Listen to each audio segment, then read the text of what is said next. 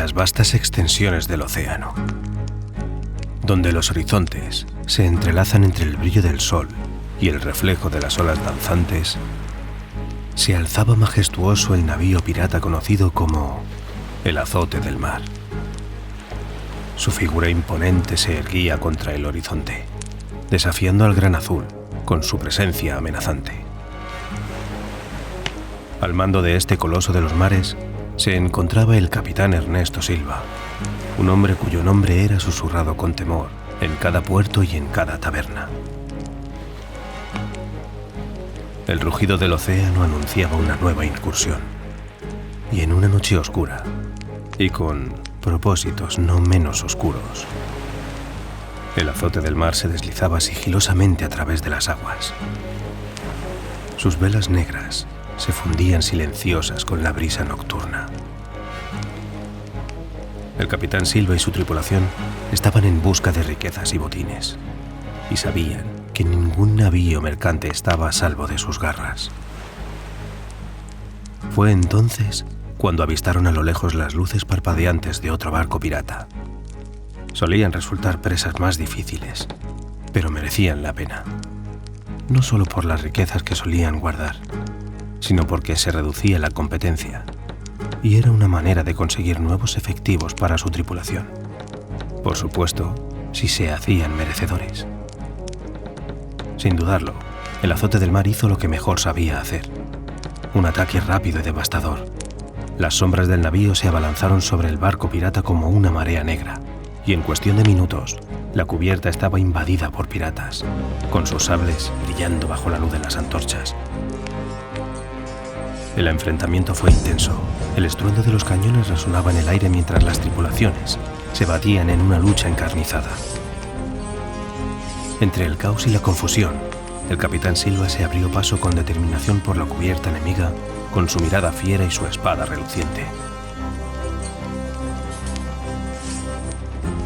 Fue entonces cuando sus ojos se encontraron con una figura que destacaba entre las sombras de la cubierta enemiga.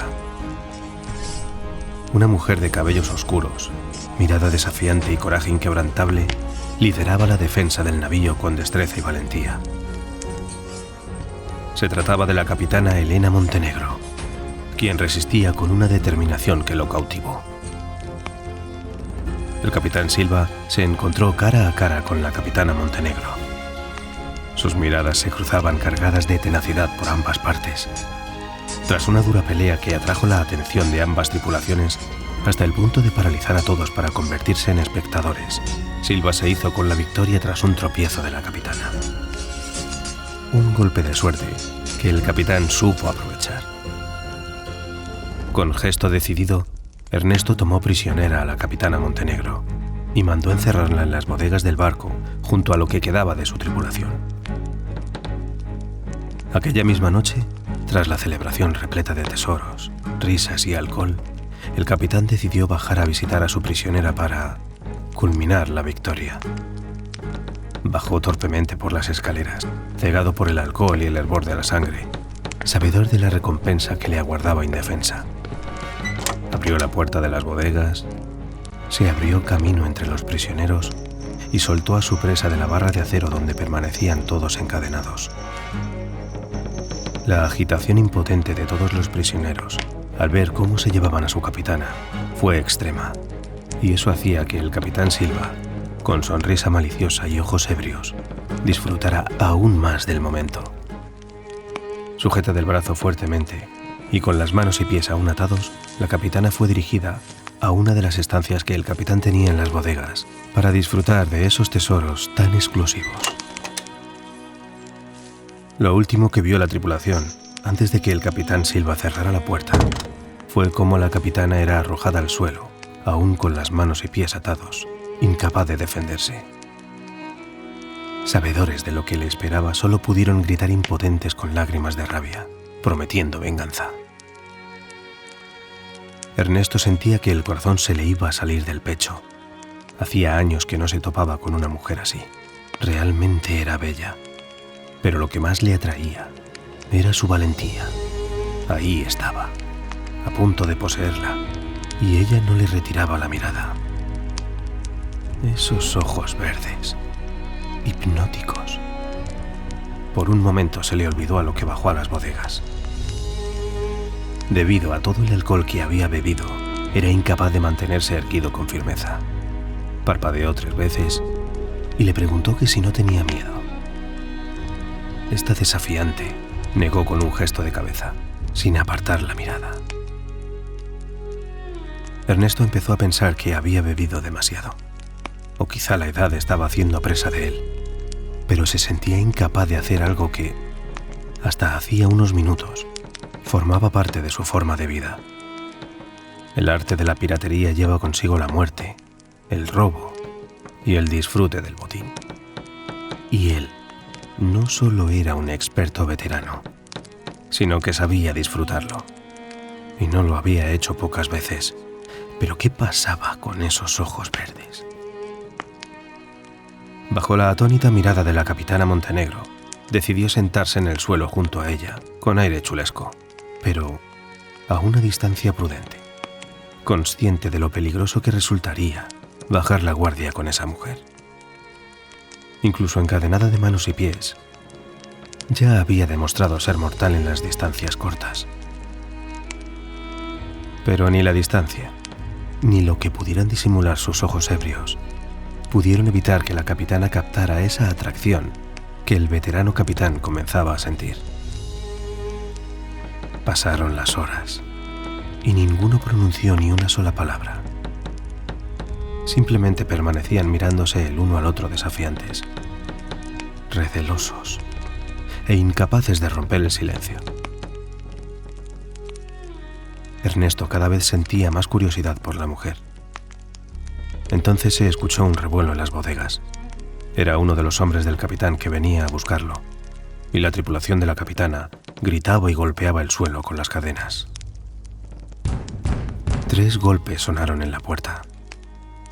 El capitán le despachó con voz ronca, ya sin rastro de borrachera, pero incapaz de dejar de mirar esos 2 ojos verdes, que tampoco le quitaban la mirada. El capitán se incorporó torpemente, carraspeó para enjuagarse la garganta, se estiró la camisa y se marchó cerrando la puerta con llave tras de sí. Elena pudo escuchar cómo su tripulación gritaba de rabia al pasar junto a ellos el capitán, y este decirles que había sido una noche maravillosa, aunque había dormido poco. La mujer suspiró en un intento de relajar los músculos y decidió descansar sabedora que la próxima visita del capitán posiblemente no sería tan pasiva. El día discurrió lento y aburrido para el capitán, quien no podía dejar de pensar en esos ojos verdes que tenía encerrados en la bodega, pero sobre todo en su tenacidad y valentía. Cualquier mujer habría sido incapaz de ocultar el miedo previo a una agresión así, pero esa capitana había pasado la noche sin saber qué decir, y no por falta de ganas. Esa capitana le generaba una curiosidad extrema que jamás había sentido por ninguna mujer, y quizá por ninguna otra cosa. El único alivio que sentía es que era suya. Solo él tenía la llave de ese cuarto, y ardía en deseos de regresar al caer la noche. Así fue. Tras el escándalo de su tripulación enfurecida y el sonido de la cerradura al abrir la puerta, la capitana pudo ver la silueta del capitán Silva. Pero esta vez no parecía ebrio, y además le traía un plato de comida. Fue al ver el plato cuando fue consciente de su famélico estado. Había permanecido todo el día en el suelo, justo donde pasó la noche anterior. El capitán dejó el plato sobre la mesa y, sin quitar los ojos de ella, lentamente le liberó las manos. Al incorporarse, fue consciente de la estancia donde estaba apresada. En el cuarto simplemente había un pequeño catre y justo enfrente la pequeña mesa con una silla. «Tienes que comer», se limitó a decir el capitán con tono tranquilo, pero firme. Elena aceptó sumisa, observando que si no fuese, porque reconocía el cabello negro, con la barba de una semana y los ojos color miel del capitán, podría pensar que se trataba de una persona totalmente diferente a la de la noche anterior.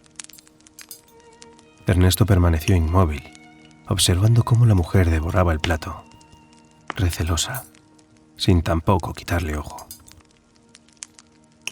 Cuando Elena hizo cuenta de la comida, el capitán con gesto decidido le pidió que se sentara en el catre. Elena tensó los músculos, sabiendo que la situación estaba a punto de complicarse, por muy respetuoso que se mostrase el capitán. Y con la confianza de verse con las manos libres, se puso en alerta, en busca de su oportunidad para dar la vuelta a la situación. Pero el capitán, lejos de acercarse, se mantuvo distante. Giró la silla donde la mujer estaba sentada segundos antes y se sentó con el respaldo en el pecho. «Quiero que hablemos», fue lo siguiente que escuchó Elena. Al igual que la noche anterior, fue el capitán quien sufrió un traspié a la hora de controlar la situación. Esta noche fue Elena quien no supo reaccionar ante semejante giro.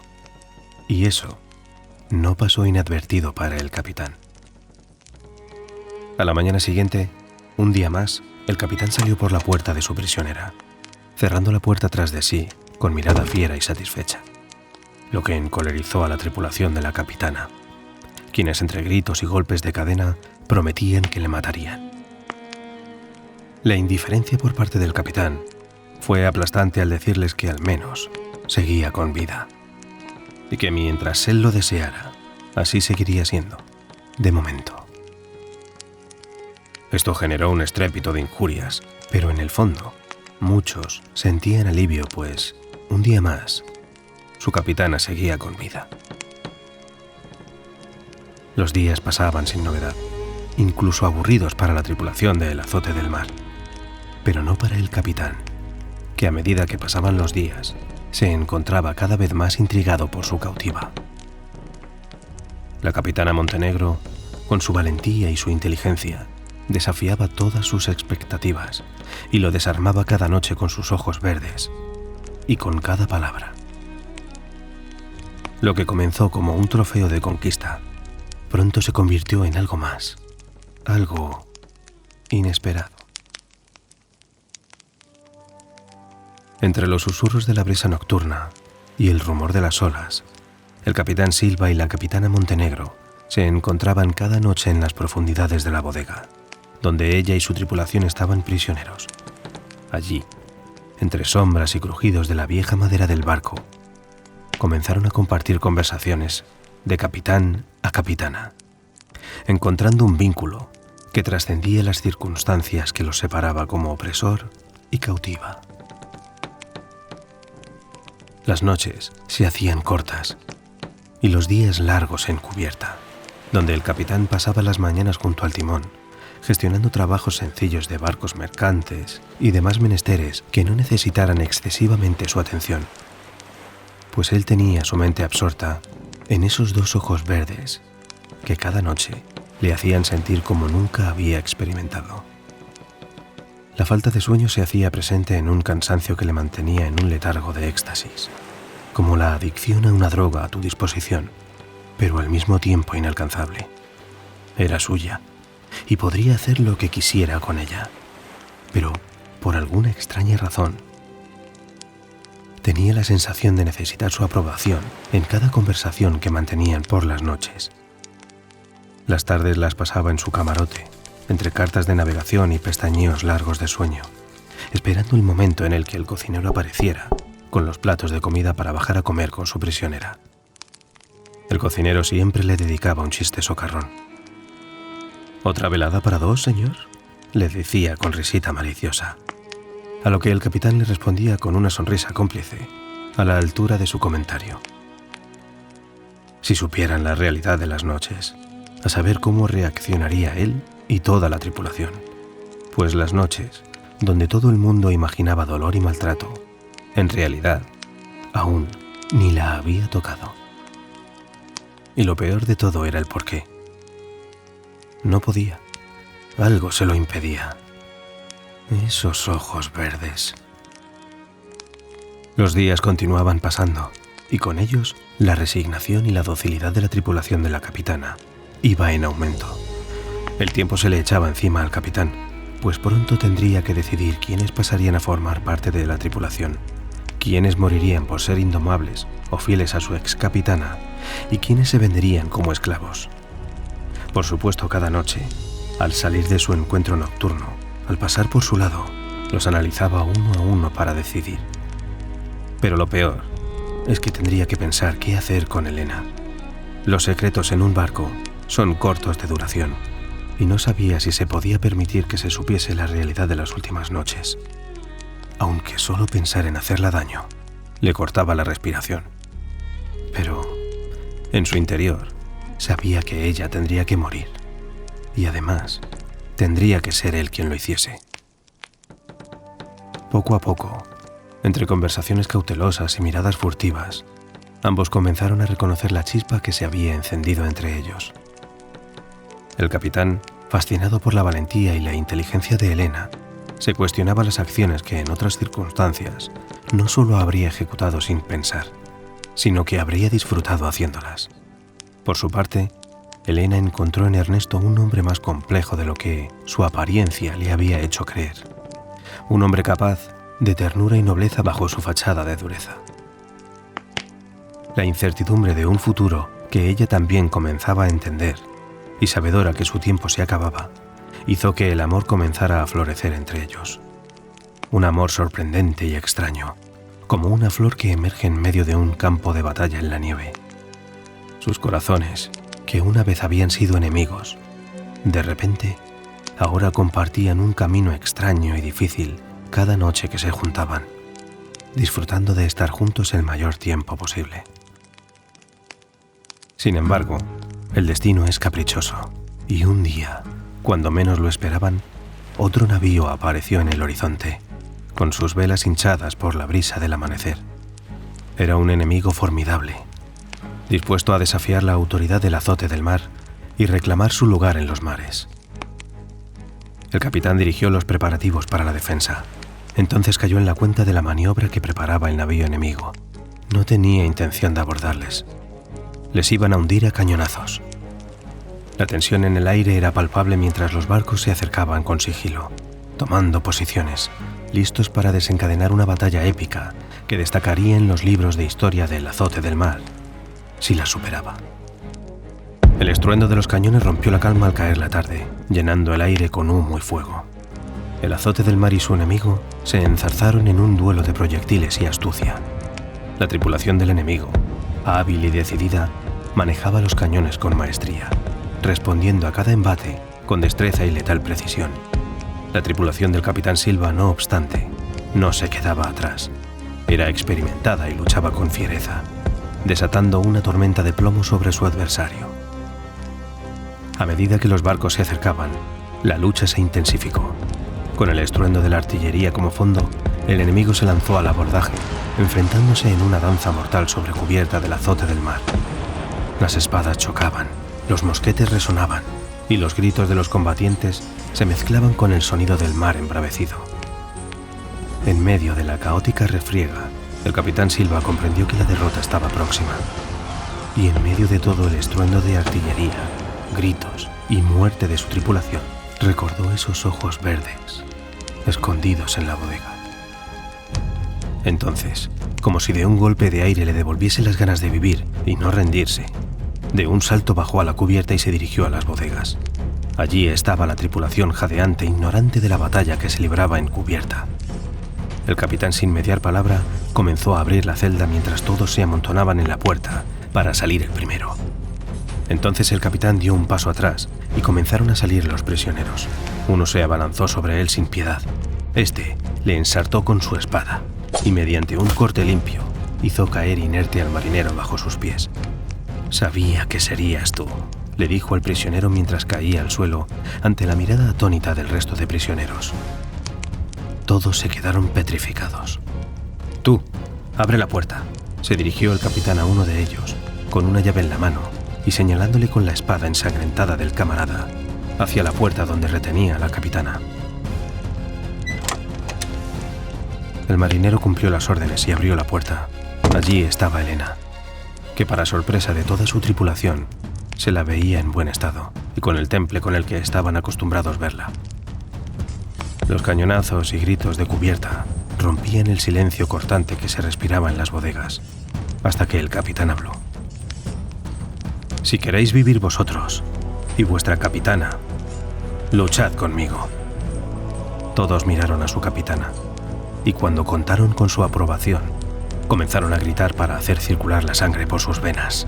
Y tras una mirada cómplice entre capitanes, subieron a cubierta fuertemente armados como una única tripulación.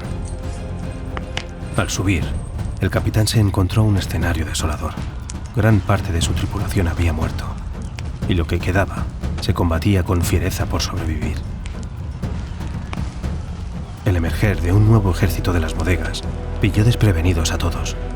Costaba distinguir amigo de enemigo, pero al final encontraron las diferencias y la balanza comenzó a equilibrarse. En medio de la caótica refriega, el capitán Ernesto se encontró cara a cara con el capitán del barco enemigo, empuñando sus espadas en un duelo singular. Como pasaba en muchas ocasiones, las miradas comenzaron a centrarse en la contienda entre capitanes. El combate fue duro y sangriento, lleno de heridas por cortes profundos, pero cuando todos daban la batalla perdida para el azote del mar, el capitán Silva, con golpe de gracia defendiéndose de una estocada, apuñaló a su contrario en un golpe mortal en el pecho. Esto paralizó al resto de su tripulación, pues nunca habían visto perder a su capitán. Ernesto giró sobre sí mismo para evaluar las bajas y reconocer los daños. Entonces se topó con unos ojos verdes que a la luz del día parecían esmeraldas recién pulidas. No podía dejar de mirarlas, y fue cuando levantó la espada y rugió un grito de victoria. Acto seguido, se desplomó exhausto por el cansancio y la pérdida de sangre. Cuando despertó, estaba tumbado sobre cubierta. Se incorporó torpemente y pudo ver a las 3 tripulaciones en silencio, a la espera de que hablara. Se tomó su tiempo, jadeante, reconociendo a la tripulación y analizando a los nuevos. Podía ver desconcierto, miedo e incluso admiración en sus ojos. Entonces, en un último esfuerzo antes de retirarse, dio órdenes de reparar ambos barcos. La batalla había terminado, pero los daños eran inmensos. «Limpiad todo esto», finalizó jadeante. Se giró sobre sí mismo y se dirigió a su camarote. A la mañana siguiente, decidió recorrer los barcos y contemplar el comportamiento de las tripulaciones. La imagen fue sorprendente. Todos trabajaban juntos, en un alarde de camaradería que no había visto jamás. No se respiraba ambiente de vencedores y vencidos. Entonces pudo verla. Elena se dedicaba a dirigir no solo a su tripulación, sino a todos. Todos la tenían respeto. Esos ojos verdes. No podía dejar de mirarlos. El sol se reflejaba en ellos y los hacía hipnóticos. Ignoraba qué sabría la tripulación de sus aventuras nocturnas, pero ya daba igual. Sanaría sus heridas, arreglarían los barcos y ya se vería. Las reparaciones se prolongaron 3 semanas. Las tripulaciones demostraron una camaradería sorprendente en el proceso. Quizá por sobrevivir a la batalla, por la oportunidad de un futuro, o simplemente por verse en la obligación de trabajar juntos. El capitán Silva y la capitana Montenegro, por su parte, se encontraban una y otra vez, compartiendo miradas de complicidad y apoyo mutuo. En medio del caos, se dieron cuenta de que juntos serían invencibles, una fuerza unificada que ningún enemigo podría derrotar. Quizá esta historia cuente con un final feliz, pensó el capitán. Pero, una vez más, el destino volvió a ser caprichoso, y cuando los trabajos de reparación finalizaron, las tripulaciones comenzaron a dividirse. Es la naturaleza pirata. 3 tripulaciones que no hacía tanto se habían matado entre ellas. 2 barcos y 2 capitanes. Las cuentas no salían bien. La solución fue forzada y dura, pero el resultado convenció a la mayoría. El capitán Ernesto Silva permanecía junto al timón con el corazón en un puño. Bombeaba tan fuerte que era capaz de sentir los latidos por cada rincón de su cuerpo. Junto al timón, como siempre, observaba cómo se alejaba el recién bautizado Esmeralda del Mar, capitaneado por la capitana Elena Montenegro, quien se despidió de él, quién sabe si para siempre, con un beso y una mirada cómplice de esos ojos verdes que habían perturbado todo su ser las últimas semanas, hasta el punto de pensar que nunca sería el mismo. Hoy, por primera vez, daba por perdida la batalla, pero se hizo una promesa. Algún día cambiarían las cosas y entonces buscará el tesoro que hoy deja marchar, y en esa ocasión no lo volverá a perder. No. En esa ocasión no perderá su tesoro. Esos inolvidables y misteriosos ojos verdes.